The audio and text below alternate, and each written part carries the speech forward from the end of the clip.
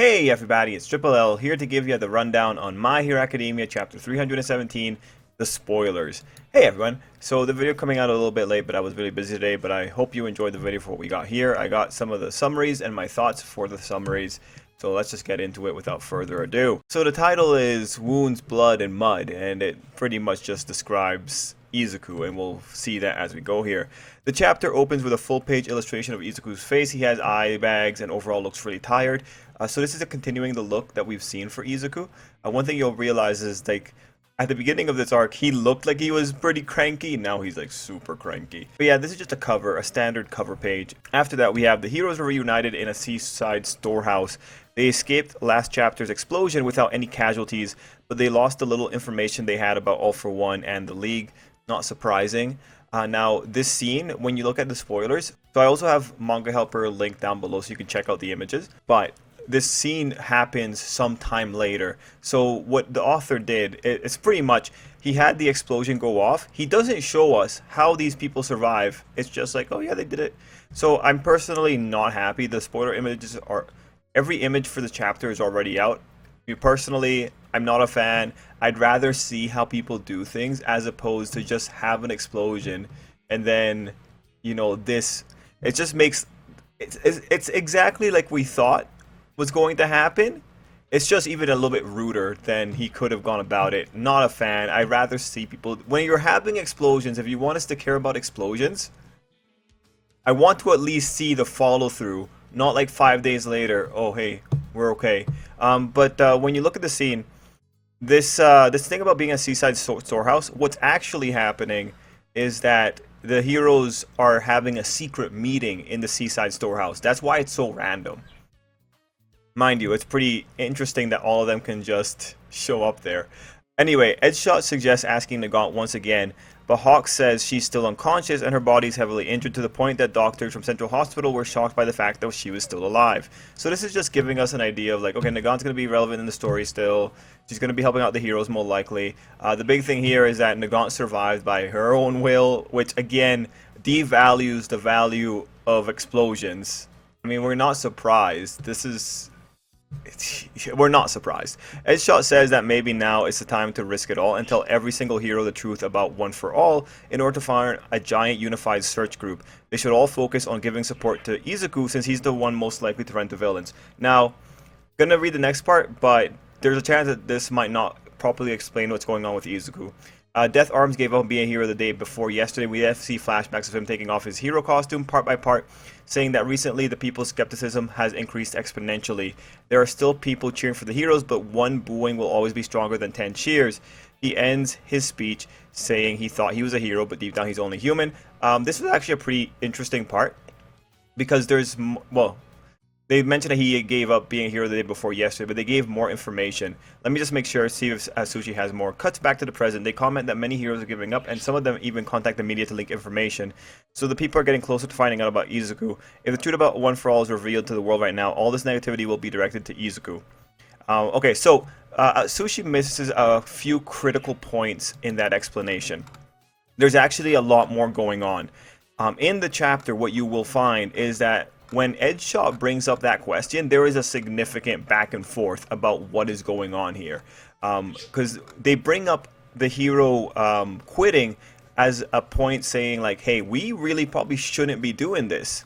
Mount Lady in this segment also, she has a pretty interesting little scar across her eye. She makes the comment that they need to help Izuku and build a support system before before Izuku burns himself out. So it's actually really interesting to see them chatting about Izuku in that way. So what you ultimately have here is the explanation for why it's a bad idea to tell other heroes about the situation.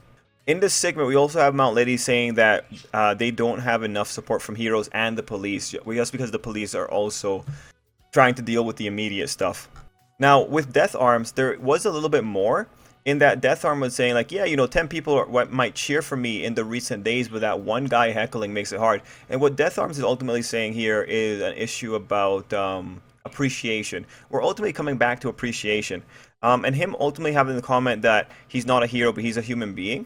Well, that's what they all are. Like, we should not have this idea that these people are anything but human beings. It's because of the overglorification of the heroes that we're in this particular situation. So him and his sequence in the pictures is actually really humbling.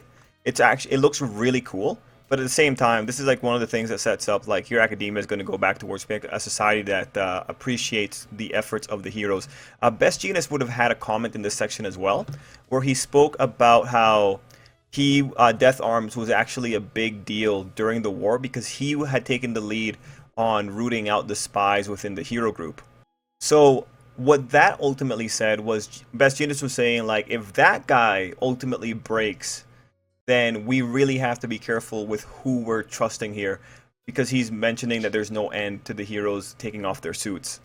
And so ultimately, because of all this, Endeavor is saying like, if people find out about Izuku, Izuku's going to get the brunt of a lot of negativity, which is not going to be good, because what's going to happen, what they're saying is they're going to, the public's probably going to aim their frustrations at Izuku and maybe even blame him. Mind you, Hawks cuts the conversation by saying that we could spend all the time thinking about this. We're probably not going to get anywhere. So all in all, compared to the summary, the heroes are actually having a very nuanced conversation about this situation. Anyway, Mount Lady then goes on to ask why All For One hasn't revealed the truth about One For All to everyone yet. Endeavor concludes that he must have a reason to want to avoid it. And if you consider last week's chapter, I think the reason is very simply, All For One has a better understanding of human nature. And this is one thing that we can say for sure All For One has, given that his success is predicated on understanding human nature. If he tells people about Izuku, he might miss a chance to get the quirk because someone might get over eager and kill Izuku before he can take the quirk. That's pretty much how it's gonna go. It's different when he accidentally kills a One For All user, but it's not allowed when someone else does it. Anyway, we see a missing call from Shoto on Endeavor's phone and messaging to tell Endeavor to call him back. He thinks about their talk in the hospital and asking him to just wait a little longer. Hawks also receives a message. It's from All Might saying that another hired villain was sent to Izuku but got defeated instantly. We see a full page of Izuku lifting the unconscious guy using Black Whip. Alright. Izuku's not lifting the unconscious guy with Black Whip. When you see the image, it looks like the guy is like just hoisted with Black Whip. It looks like the guy fell unconscious and Izuku's like tied him up kind of thing midair. It's a little bit different than lifting. It looks a lot scarier.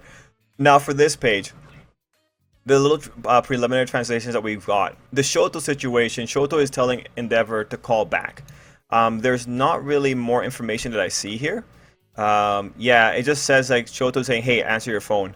So this is interesting. Now, Endeavor is asking for Shoto to wait a little bit longer, so this means that Endeavor has not been keeping in contact with Shoto. But this is probably set up for the next thing. One thing you'll realize about the chapter is that it's heavy setup. Now, the next segment that we go into, when you see the images, it's actually pretty heartbreaking. Because in the process, people are thinking about All Might. Izuku's thinking about All Might. Oh, sorry, people think about Night Eye. Izuku's thinking about All Might and Night Eye. Izuku's thinking about what All For One said. Izuku's thinking about what All Might wanted for Izuku. Like, Izuku's, like, there's actually a lot more sad stuff going in there. Izuku claimed his victory against the assassin that was sent to him. All Might was standing behind him outside his car with a really worried face, but Izuku proceeded to leave as he warned All Might to be careful because the villain might explode again. All Might yelled at him to wait, and then All Might handed him a bento box because he figured that Izuku hadn't eaten yet. But Izuku refused and told All Might that All Might doesn't have to follow him anymore. So that, when he says that, the way the manga is framed, it's saying that Izuku's saying that out of pure concern, not because he's being a dick. Well, that's what it seems like right now, but we'll have to wait for the final chapter. I will say here, from what the preliminary translation said, the victory against the assassin, that assassin's the second one that's been sent after Izuku. So that's the interesting thing, but I'm not sure if that translation is going to hold.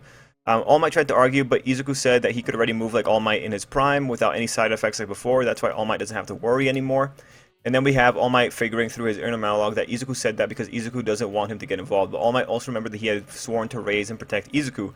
Izuku left and All Might once again screamed wait at Izuku and tried to chase him, but Izuku ignored him and flew as All Might fell to the ground and dropped the bento. So that scene is there just to create the weakness of the situation. Like, Izuku's a dick. 100% Izuku's a dick. This is one of the things where in all of his concern, he's being a giant dick to everyone around him. All Might thought that he should have told Izuku to stop doing your best and you can rest, and as he kneeled on the ground in regret, a panel showed that Stain was listening to the conversation. And that panel does look really good. Stain has a slightly different costume. So I think Stain ultimately is going to have a good opinion about that. Like, he's not going to see that and say, oh, I'm going to kill All Might right now. He's going to see that. He's going to say, like, this kid might be too heroic. The next panel showed how citizens talked about Izuku, describing him as someone who would come without a sound and has multiple quirks. Other citizens said that the multiple quirks sounds like All for One and Fear is actually a normal, but the others explained that the person saved people and the rumor has it that his body is full of wounds, blood, and mud. The last panel showed Izuku looking like a beast with Black Whip coming out of his body, and the citizen dialogue said, I heard that he doesn't look like a hero at all. So that's like a big statement just to say like how far Izuku is strayed from the path. And let me tell you, like, Izuku looks like Guts from Berserk. That's how he's looking right now. It's pretty wild. Those final scenes don't really have anything worthwhile because they're just exposition. But overall, when you look at the chapter, it's an exposition chapter, and when you look at it in the structure of the arc, what you ultimately have is just the descent of Izuku into hardcore aloofness, hardcore dogged pursuit of All for One. Unfortunately, Izuku is playing into All for One's hands, and everything here is just setting up for Izuku needing to have a wake-up call. This isn't going to stick. Now, mind you, there is a segment where you see Izuku looking back at All Might, and his eyes look like he's concerned. Ultimately, when he's pushing away from Izuku, he's afraid for All Might. But this thinking, you know, it's naive. Izuku's gonna get like smacked down to the ground hard for this. When you have everyone and their mother saying that Izuku doesn't look like a hero, and you have All Might falling to the ground when he's trying to be a nice guy, yeah, nah. Izuku's gonna get hit hard for this. But yeah, if you've been following the channel, you know this chapter just in some parts continues the ideas that we've had for the chapters proper. Like, we've had the thought that Izuku was going to talk to Stain at some point. That looks like that's going to happen. We've had the idea about these people all surviving, and here we are. Yeah, it's going to be really interesting. That in the final pages as well, that final page of Izuku looks so busted up. It is incredible. Like, he looks like he's barely held together. Like, when you see the image, honestly, I think you're going to think it's really cool. Anyway, that's the spoilers. Guys, let me know what you thought down below. And until next time, I hope you have an absolutely great day. And yeah, if today is Thursday, we're going to be having a live stream later in the night if anyone wants to join. Anyway, everyone, till next time.